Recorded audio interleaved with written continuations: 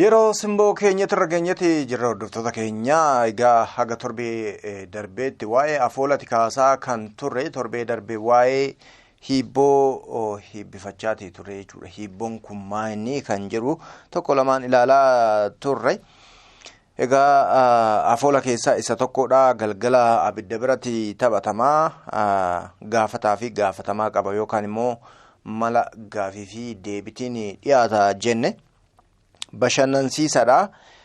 Sammuu ijoollee baay'ee qaraa daa'imman naannoo isaanii akkasuma ollaa maatii hawaasa akka beekaniif gargaara. Egaa seera ittiin taphatamus akkasuma qaba. Gaafataan hibboo yoo jedhee hibib jedhama jechuudha. Gaafatamaan hibib yookaan immoo hib jechuullee danda'a. Hibbakka jechuus danda'a. Maatii yoo ta'e immoo hibbontar yookaan immoo hibbonteen jechuu danda'u jenne. Egaa hordoftoota keenya amma immoo mee gaafilee bifa bohaarsuu danda'aniin hibboo keessaa gaafilee tokko tokko kan bifa filannootiin dhiyeessanii jira. Hibboo hibbakka somni dhugaa fakkaatu maali? A. Fiilmii baa halkan caa abjuu daadoo irraan deebi'a. Hibboo hibbakka somni dhugaa fakkaatu maali? A. Fiilmii baa halkan caa abjuu daadoo. Deebiin isaa abjuudha. Lammaffaa abbaan bokkuu mammaratee rafee. A. Saree baa boqqoolloo caa bullukkoo daa muka jigee. Deebiin isaa boqqoolloo ta'a jechuudha.